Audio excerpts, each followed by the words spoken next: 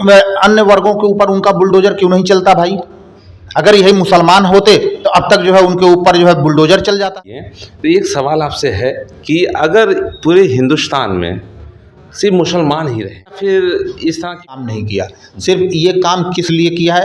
अपनी शासन सत्ता को बनाए रखने के लिए। हर आदमी अपना अपना एक डंडा झंडा लेकर के चल चुका। ये जान लीजिए कि एक मुसलमान, वो चाहे पूरी दुनिया में कहीं भी हो, वो एक मुसलमान दूसरे मुसलमान का भाई है। जहाँ देश की बात आएगी, एक मुसलमान दूसरे मुसलमान का भाई है, लेकिन और किसी जाति और धर्म का नहीं भाई है। नमस्कार, आप देख रहे हैं जीजीएस न्यूज़ 24। मैं हूं चंद्रशेखर मौर्य। बता दें कि आज ईद है और ईद का त्यौहार आपसी मधुरता और एकता की त्यौहार है। पूरी दुनिया पूरे जोश जुनून से इस त्यौहार को बड़े मिलनसार तरीके से मना रही है।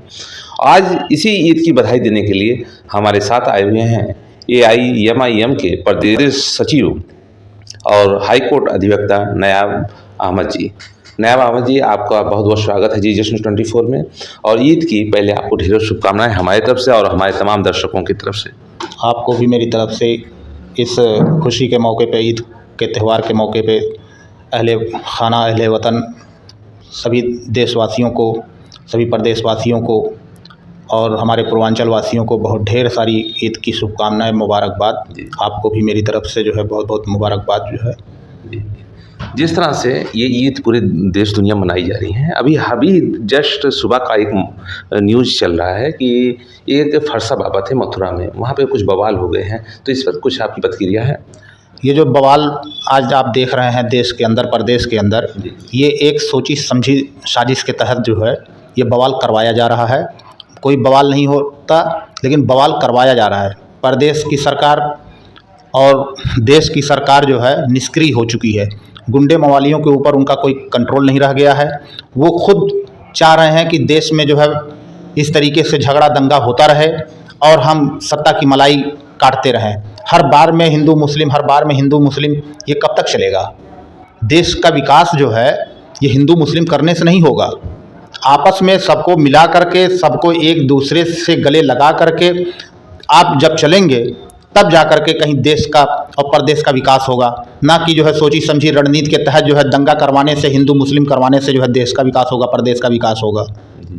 तो वहाँ तो मथुरा में जो बता दें कि आप सभी को कि लॉ एंड ऑर्डर पुलिस ने संभाला और पूरी तरीके से मामले को समझाया बुझाया कि वह एक्सीडेंटल मामला था, ना तो वहाँ हिंदू मुस्लिम की कोई बात भी नहीं थी। और उसके बाद अब आते हैं आज इस पर्व के विषय में। जो पर्व चल रहा है, त्यौहार चल रहा है, एक तरफ नवरात्रि है, एक आज ईद भी है और पूरे मतलब उत्साह का जो है, तो इस पर क्या कहेंगे आप? देखिए, दोनों भी धर्मों का, चाहे वो कोई भी धर्म हो, हिंदू धर्म हो चाहे वो मुस्लिम धर्म हो, हर धर्म का अपना एक महत्व है। हर धर्म का जो है अपना एक विचार होता है, हर धर्म की एक परंपरा होती है। हमें बहुत खुशी है कि एक तरफ मुसलमान भाई रमज़ान का व्रत जो है, रमज़ान का रोज़ा 1 महीना रखा और उसी के साथ आखिरी छोर पर आते आते हमारे हिंदू भाई भी हमारे साथ अपना व्रत रख रहे हैं। 9 दिन की नवरात्रि उनके लिए आ गई है। ये भी एक पावन पर्व है, पावन त्यौहार है।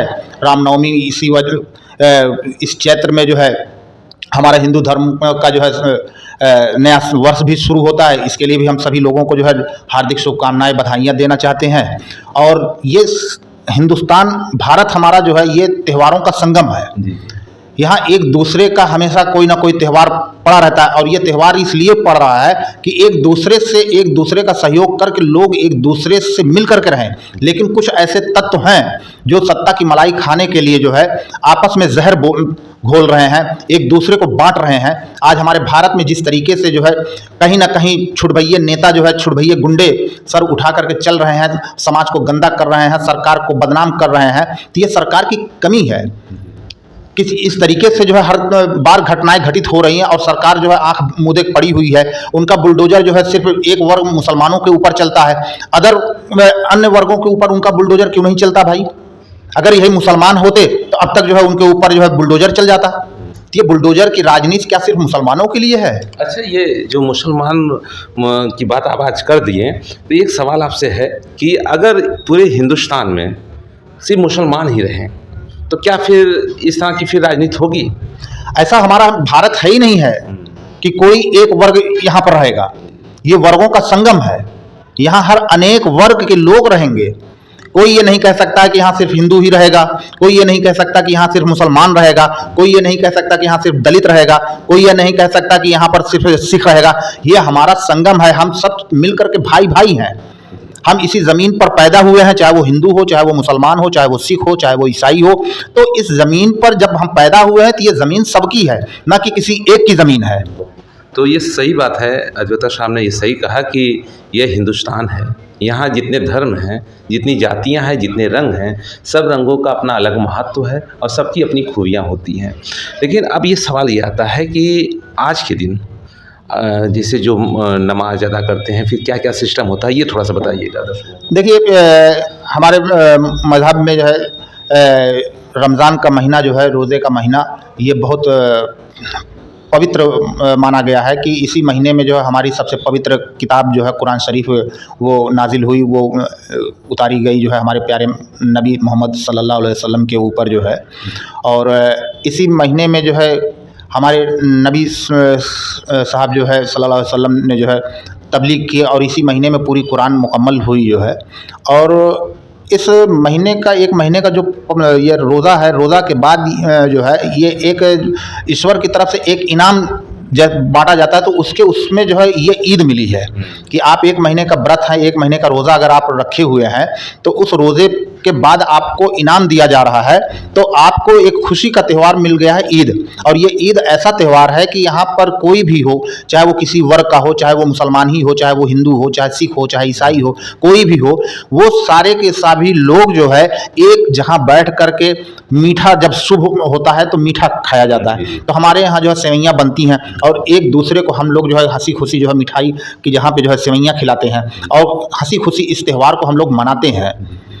तो ये है ईद का जो पावन त्यौहार। कहते हैं कि एक मिठास से हर चीज़ मिठास हो जाता है, आपसी रिश्ते मजबूत होते हैं, आपसी संबंध मजबूत होते हैं। अब जहाँ हिंदुस्तान की बात है, जहाँ भारत की बात है, यहाँ तो वास्तव में एक गंगा यमुना की जो तहजीब की बात होती है, ये सदियों से चलाता है। एक माली के सब फूल हैं और इन फूलों को सजाना हर किसी का दायित्व है। लेकिन जहाँ पार्टियों की बात आती है, वहाँ पर क्या होता है? पार्टियां देखिए, अब तक जितनी भी पार्टियां आई हैं जी, सिर्फ हिंदुस्तान में हमारे भारत को जो की गरिमा को गिराने के अलावा, यहाँ हर जाति वर्ग में बांटने के अलावा इन्होंने कोई काम नहीं किया। सिर्फ ये काम किस लिए किया है? अपनी शासन सत्ता को बनाए रखने के लिए। हर आदमी अपना अपना एक डंडा झंडा लेकर के चल चुका है। जब आप भी पॉलिटिकल लीडर हैं और ऐसे में ये बहुत बड़ी बात कह रहे हैं। बिल्कुल हम कह रहे हैं, जी, हमारी जो पार्टी, आपका इशारा जहाँ पे है, हम आपकी बात को समझ रहे हैं। हमारी जो पार्टी है वो आप देखेंगे तो हिंदुस्तान, हमारा भारत जब आज़ाद हुआ था तब की हमारी पार्टी है। आज कोई नई पार्टी नहीं है, हमारी पार्टी तब की है। और हमारी पार्टी तब सबको लेकर के चल रही थी। एक तरफ कांग्रेस थी, एक तरफ हमारी पार्टी थी। कांग्रेस में भी लोग जुड़े, हर वर्ग के लोग, हमारी भी पार्टी में लोग जुड़ते गए। तो ये सभी लोगों को लेकर के चलने की बात होती है, ना कि सिर्फ मुसलमान की बात हमारी पार्टी करती है। हमारी पार्टी हर वर्ग के लोगों की बात करती है। हमारे राष्ट्रीय अध्यक्ष, हमारे जनाब बैरिस्टर असदुद्दीन ओवैसी साहब, हमारे प्रदेश अध्यक्ष जनाब हाजी शौकत अली साहब, आप कहीं भी देखेंगे कि इन लोगों की बातें जो भी आती हैं, किसी भी मंच पर किसी एक वर्ग की बात नहीं करते हैं, ये सब की बात करते हैं। जहाँ भी दलित है, चाहे वो ओबीसी है, चाहे वो मुसलमान हो, कोई भी समुदाय है, आप पार्लियामेंट में देखेंगे तो हमारे राष्ट्रीय अध्यक्ष जी जो है वो सब की बात को उठाते हैं। अब जब राष्ट्रीय अध्यक्ष की बात आप कही कर दिए हैं, तो एक अभी डीएसपी साहब, एक डीएसपी साहब हैं, तो उन्होंने कहा था कि जैसे किसी देश में कुछ भी हो रहा है तो उसका रोना धोना आप अपने प्रदेश में, अपने देश में ना करें तो बेहतर है। तो इस पर लेके आपके ओवैसी साहब तरह तरह के बयान दिए हैं, क्या ऐसा बयान उचित है? देखिए, हमारे राष्ट्रीय अध्यक्ष ने जो भी कहा है वो सही कहा है, उसमें कोई गलत नहीं है। हमारा कहने मतलब, पहले तो आप ये जान लीजिए कि एक मुसलमान, वो चाहे पूरी दुनिया में कहीं भी हो, वो एक मुसलमान दूसरे मुसलमान का भाई है। जहाँ देश की बात आएगी, एक मुसलमान दूसरे मुसलमान का भाई है, लेकिन और किसी जाति और धर्म का नहीं भाई है। आप मेरी बात तो पूरी होने दिए नहीं ना। एक मुसलमान दूसरे मुसलमान का भाई है, चाहे वो किसी भी देश में हो। लेकिन जहाँ देश की बात आएगी तो सबसे पहले हमारे लिए हमारा देश है। ना कि वहाँ का मुसलमान। जहाँ धर्म की बात आती है तो वहाँ धर्म की बात पर अगर हम बात कर रहे हैं तो वहाँ एक मुसलमान दूसरे मुसलमान का भाई है। लेकिन जहाँ देश की बात अगर आएगी तो हम पहले देश की बात करेंगे, ना कि उस भाई की बात करेंगे। क्योंकि आप यही देख लीजिए कि हम दो भाई हैं, हम अपना विकास कर रहे हैं, हमारा दूसरा भाई वो अपना विकास कर रहा है। तो वो भाई जहाँ बाहर की बात आती है तो वहाँ एक होते हैं हम, लेकिन जहाँ आपस की बात अगर आएगी तो हम अपना देखेंगे, वो अपना देखेगा। तो कहीं भी हो, लेकिन इस देश में जब रहने की बात आएगी तो यहाँ चाहे वो, हमने कहा पहले ही कि कोई भी किसी भी वर्ग का अगर आदमी है तो वो हमारा भाई है। रहा सवाल आपका जो इशारा है, ये आजकल छोटे छोटे कुछ प्रशासनिक अधिकारी इनके ऊपर जो है नेतागिरी करने का रंग चढ़ चुका है। जैसे अर्जुन चौधरी साहब जो डीएसपी थे, उन्होंने कहा तो उसमें हमको हमारी सोच से छोड़िए, आप अपनी सोच बताइए उन्होंने क्या गलत कहा। उन्होंने सबसे पहली बात तो ये गलत कहा कि सहानुभूति देखिए हमारी किसी से भी हो सकती है। अन्याय की लड़ाई अगर हम लड़ रहे हैं तो अन्याय कहीं भी हो रहा है तो हम उसके लिए आवाज उठाएंगे। अगर हमारे साथ अन्याय हो रहा है, हमारे देश में अन्याय हो रहा है, तो हम उसके लिए भी आवाज उठाएंगे। तो आप देखिए, अगर इंटरनेशनल लेवल पे आप हमको लेके जाना चाह रहे हैं तो हम इंटरनेशनल लेवल की बात कर रहे हैं। आप ये बताइए, अमेरिका आज पूरी दुनिया का दादा बन चुका है, इजराइल उसका लड़का है। हमारे साहब जाते हैं इजराइल को अपना बाप बना करके चले आते हैं। हमारा बाप कोई हो सकता है? हमारा बाप, हमको जिसने पैदा किया है वो हमारा बाप हो सकता है, ना कि कोई दूसरा मुल्क हमारा बाप हो सकता है। ये कौन सी बड़ी बात आप क्या करके आए? आप इंटरनेशनल लेवल पे क्या करके आ रहे हैं ये आपको नहीं पता है? इजराइल फादरलैंड हो गया। आप भारत को मातृभूमि कह रहे हैं, हम उसको एक्सेप्ट करते हैं कि हम यहाँ पे पैदा हुए हैं, वो हमारी मातृभूमि है। लेकिन किसी बाहरी मुल्क को, एक चोर उचक्के को जो हमारे घर में आकर के फिलिस्तीन की जमीन को कब्जा करके वहां अपना मुल्क बना लिया, और उसको आप जाकर के फादरलैंड कह रहे हैं, जिससे हमारे मुल्क का जो है, हमारे देश का घनिष्ठ संबंध है। आज हम अपने सगे दोस्त को छोड़ करके एक चोर उचक्के का साथ दे रहे हैं। और डीएसपी साहब, उनको इतनी नॉलेज होनी चाहिए थी, क्योंकि उनको हाईलाइट होना था। आज तो ये एक शक्ल बन गया है कि किसी को भी अगर हाईलाइट होना है किसी भी मंच पर, सिर्फ मुसलमान के खिलाफ आप बोल दीजिए। अगर आपको भी हाईलाइट होना है तो आप मुसलमानों की बुराई करना शुरू कर दीजिए, देखिए आप भी हाईलाइट हो जाएंगे। उनको ये सोचना चाहिए था कि आप प्रशासनिक अधिकारी हैं, आप प्रशासन पर बैठे हुए हैं कुर्सी पर, इस तरीके की बात आप कर रहे हैं कि लोगों को ईरान आप भेज रहे थे। तो जो लोग हवन कर रहे थे, जो लोग इजराइल को जिताने के लिए पूजा पाठ कर रहे थे, नेतन्याहू उस पर माला चढ़ा रहे थे, उनको उनके मुंह से कब निकला कि आप इजराइल चले जाइए? अगर आप न्याय की बात कर रहे हैं तो अगर जिस तरीके से आप मुसलमानों को कहे कि ईरान चले जाइए, आप उस तरीके से क्यों नहीं वहां कहे उन उग्रवादियों को कि जो आप इजराइल चले जाइए? तो सिर्फ उनको हाईलाइट होना है। अगर किसी को हाईलाइट होना है तो वो सिर्फ मुसलमानों के खिलाफ जो है अपना वक्तव्य देना शुरू कर दे। तो ये इनके अधिवक्ता साहब थे, और इनसे और जानेंगे कि आज शाम को जो शाम आएगा, इस शाम के ईद को और यादगार कैसे मनाने वाले हैं आप? देखिए, हम लोगों के यहाँ क्या है कि हर एक पल यादगार ही है। अगर हम एक दूसरे से मोहब्बत से गले लगा करके चल रहे हैं तो वो भी एक यादगार ही बनता है। और दूसरी बात है कि हम लोग एक दूसरे से मिलना जुलना शुरू कर रहे हैं। हमारे घरों पे लोग आ रहे हैं, हम दूसरों के घरों पे जा रहे हैं, तो हम एक दूसरे की खैरियत ले रहे हैं। गिले शिकवे जो हैं वो हम लोग आपस में मिटाते हैं, चाहे वो कोई वर्ग का हो। यहाँ सिर्फ मुसलमान की भी बात नहीं है। हमारे दरवाजे पे कोई भी आया तो हम उसकी बात कर रहे हैं, उससे उसके गिले शिकवे हम दूर करना चाहते हैं। हम उसके दरवाजे पे जा करके जो है अपने गिले शिकवे दूर करना चाह रहे हैं। तो ये एक एक पल जो है यादगार ही है आज के दिन का।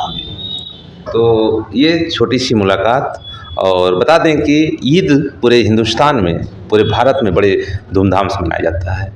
हर वर्ग के लोग इसमें भाग लेते हैं अधिकांशतः, और मुसलमान वर्ग तो उनका त्यौहार तो है ही, लेकिन भारत में ईद को हर वर्ग बड़े अच्छे से मनाता है। और मैं भी सुबह ईद मना के ही निकला हूँ घर पे।